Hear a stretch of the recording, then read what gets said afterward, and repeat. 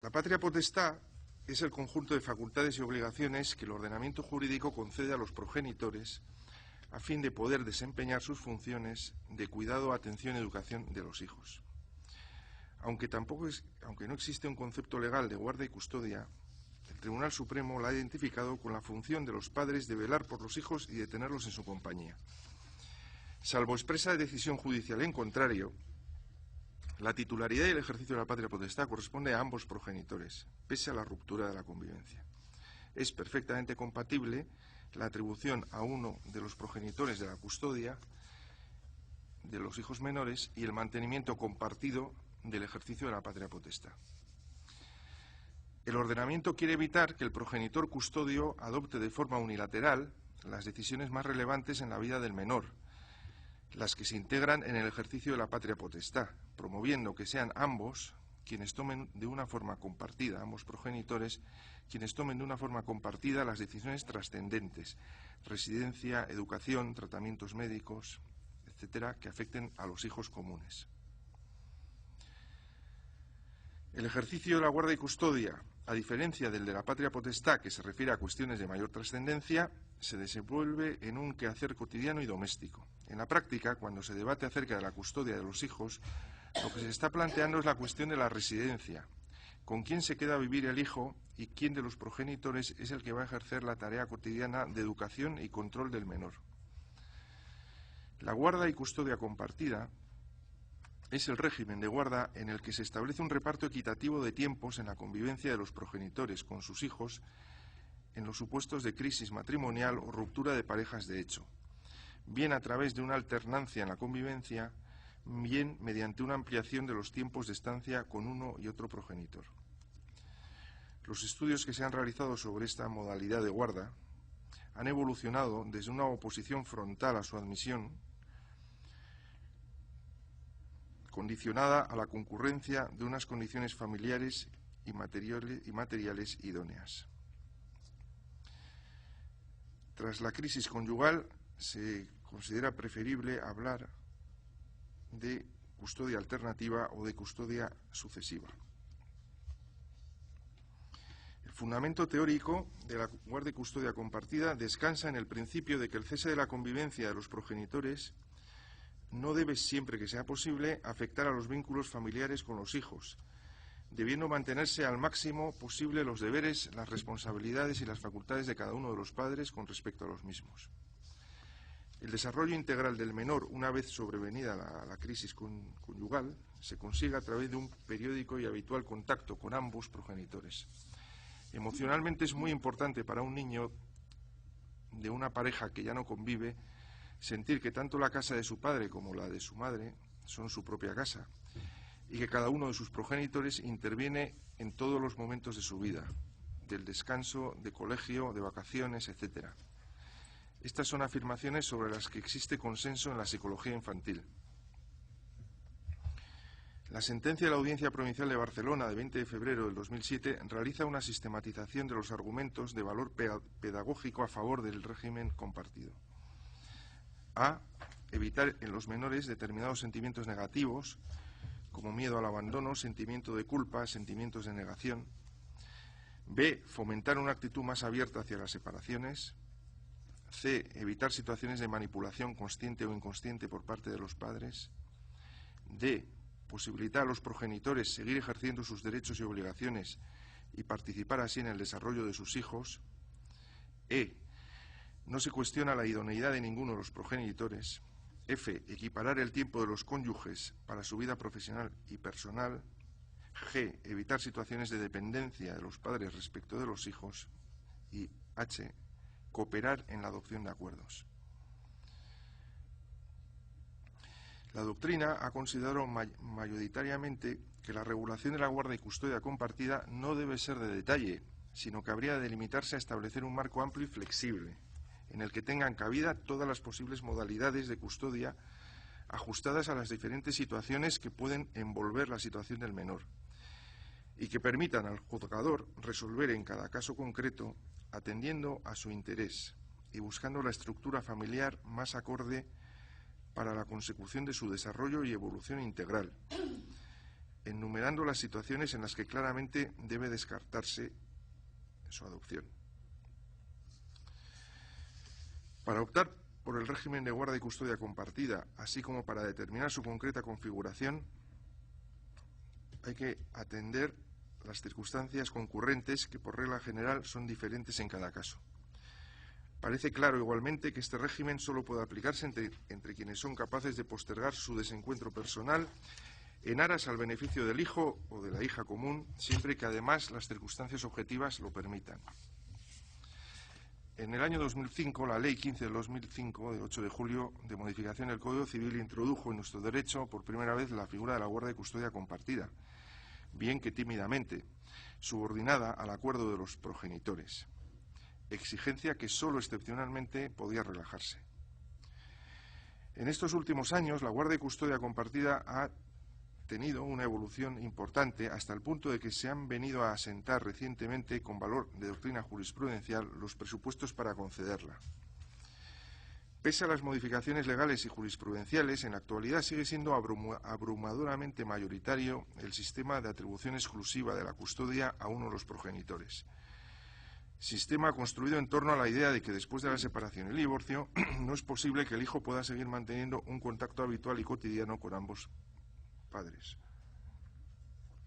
Este sistema desemboca en un buen número de casos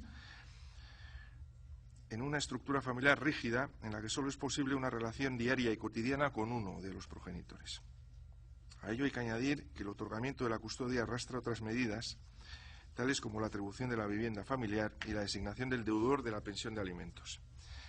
En la inmensa mayoría de los casos, el progenitor que asume la guarda obtiene también la atribución de la vivienda familiar y la percepción y administración de la pensión de alimentos para el sostenimiento de los hijos comunes. Existe un proyecto de reforma del Código Civil en el que se ha optado por un sistema en el que desaparecen las rigideces y las preferencias por la custodia monoparental, que recoge el actual articulado del Código Civil, pero que al mismo tiempo no establece la custodia compartida como preferente o general, debiendo ser el juez en cada caso concreto y siempre actuando no en interés de los progenitores, sino en interés del menor, quien determine si es mejor un régimen u otro. Parece que esta opción cumple con los postulados de flexibilidad necesarios en esta materia. El principio de igualdad debe ser, por imperativo constitucional, piedra angular del ordenamiento jurídico en general y del derecho de familia en particular. En base a los artículos 1, 14, 32 y 39 de la Constitución. Es indiscutible que en el actual estado de conciencia social, el ordenamiento jurídico debe inspirarse en la igualdad que debe existir entre mujeres y hombres respecto a los derechos y deberes que tienen respecto a los hijos e hijas en caso de finalización de la convivencia. Puede constatarse esta opción que se va extendiendo tanto en el derecho comparado como en las legislaciones de comunidades autónomas con competencias en materia de derecho civil, como ha ocurrido ya en Aragón, Cataluña, Navarra y la Comunidad Valenciana.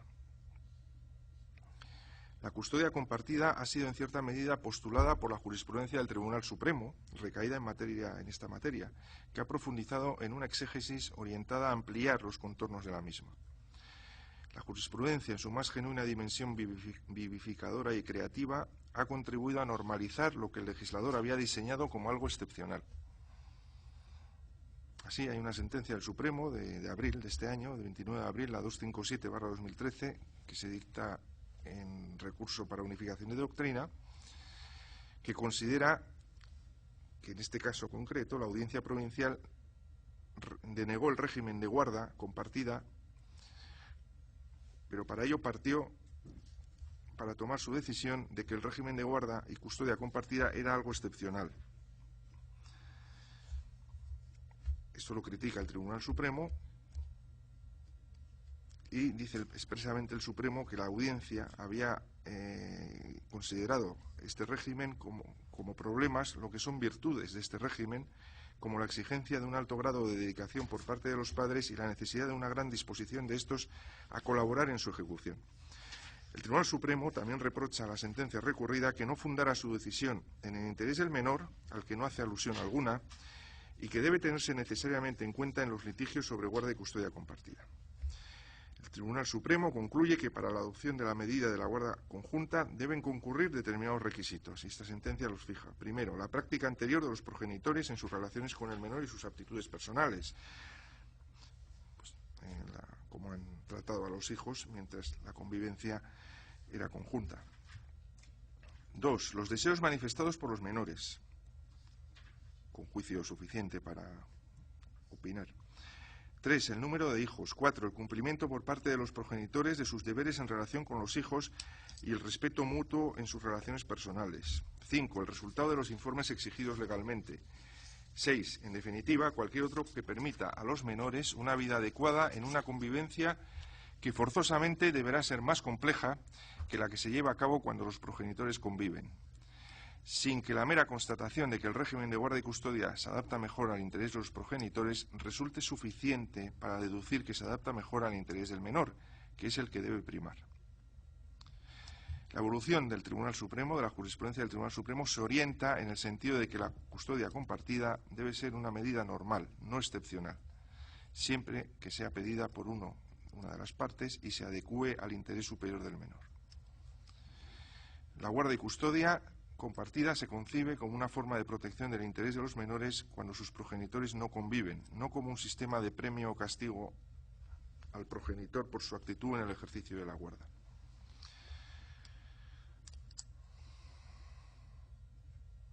Asimismo, hay otra sentencia del año 2011, la 496, que declara que la interpretación de los artículos correspondientes del Código debe estar fundada en el interés de los menores que van a quedar afectados por la medida que se deba tomar, que se acordará cuando concurra alguno de los criterios antes explicitados, y que la redacción de dicho artículo no permite concluir que se trate de una medida excepcional, sino al contrario, dice el Supremo, debería considerarse la más normal, eso dice el Supremo, porque permite que sea efectivo el derecho que los hijos tienen a relacionarse con ambos progenitores, aun en situaciones de crisis, siempre que ello sea posible y en tanto en cuanto lo sea. Hay otra sentencia del Supremo que avanza todavía más, que considera que las relaciones entre los cónyuges no son por sí solas relevantes para determinar la custodia compartida, salvo cuando perjudiquen el interés del menor.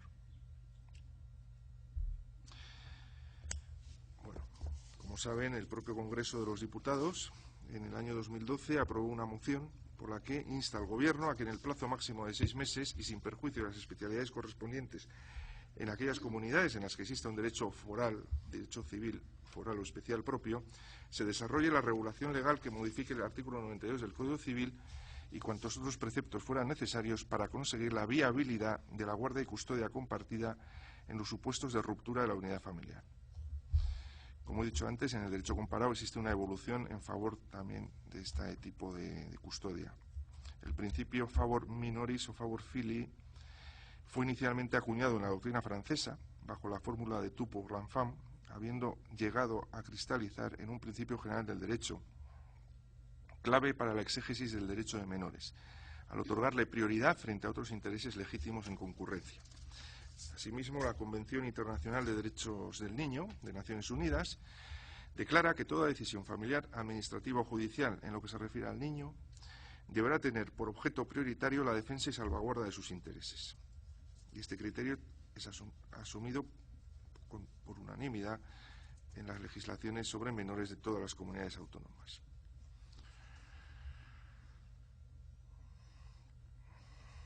Para ello es necesario también dotar de la suficiente flexibilidad, porque en esta materia no puede seguirse criterios rígidos que tienen que adecuarse al caso concreto. Por consiguiente, el sistema actual que tenemos, el que está vigente en la norma que nos vincula, que es el Código Civil, inaugurado en esta reforma del año 2005, es consiguientemente muy restrictivo, por lo que las resoluciones que lo acogen siguen siendo minoritarias. Además, no prevé las consecuencias de la asunción de tal régimen sobre el resto de medidas. La ley no prevé, como puede ser el tema alimenticio o el uso del domicilio familiar, generando ello inseguridad jurídica y litigiosidad. La posibilidad de constituir la custodia compartida debe dejar de estar sometida a la excepcionalidad cuando no existe acuerdo entre los progenitores. Debe inspirarse en una idea básica. Que no exista acuerdo en cuanto a la constitución del régimen no quiere decir que no vaya a haber colaboración una vez instaurado el mismo. Por otra parte, es también cierto que si se configura el acuerdo como necesario, el progenitor que más posibilidades tendría o tiene de obtener la custodia individual dispondría de una especie de derecho de veto. El apartado 8 del vigente apartado 8 del artículo 92 condiciona la constitución excepcional de la guardia y custodia compartida sin acuerdo a la petición de uno de los progenitores. Entiendo que no debe condicionarse la posibilidad de adoptar el régimen de custodia compartida a la petición de una de las partes, en un ámbito en el que lo decisivo es el interés del menor, y teniendo presente que quien pide lo más, que sería una custodia individual, puede llegar a entenderse que también pide lo menos para él, que es la custodia compartida. Solamente habría un caso en el que debería excluirse la constitución de la guardia de custodia compartida sin acuerdo, en el caso de que uno de los progenitores rechazase la custodia, ¿no?, sea individual o compartida.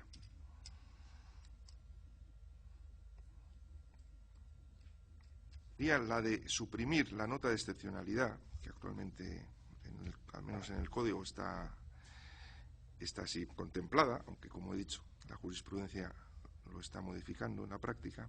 Pues hay que suprimir esta nota de excepcionalidad cuando no exista acuerdo entre los progenitores en el tratamiento de la guardia y custodia compartida, para que se vea como una alternativa más en igualdad de condiciones con la custodia individual, exista o no exista acuerdo de los progenitores. El criterio, por tanto, debe ser que el juez pueda acordar el ejercicio compartido de la guardia y custodia siempre que sea adecuado para el superior interés de los hijos menores, aun cuando no medie acuerdo entre los progenitores. El único supuesto, como he dicho antes, en que no procederá a acordar el ejercicio compartido de la guardia y custodia ha de ser cuando uno de los progenitores, alguno de ellos por lo menos, no la inste para sí en cualquiera de sus modalidades. Es decir, cuando uno de los progenitores no quiera tener la custodia ni individual ni compartida. Es preferible instaurar un marco flexible que pueda adaptarse a las peculiaridades de cada caso, por lo que no deberían regularse las modalidades ni la periodicidad de la alternancia en la guardia compartida, sino que se tendrían que adecuar al caso concreto. Muchas gracias, nada más.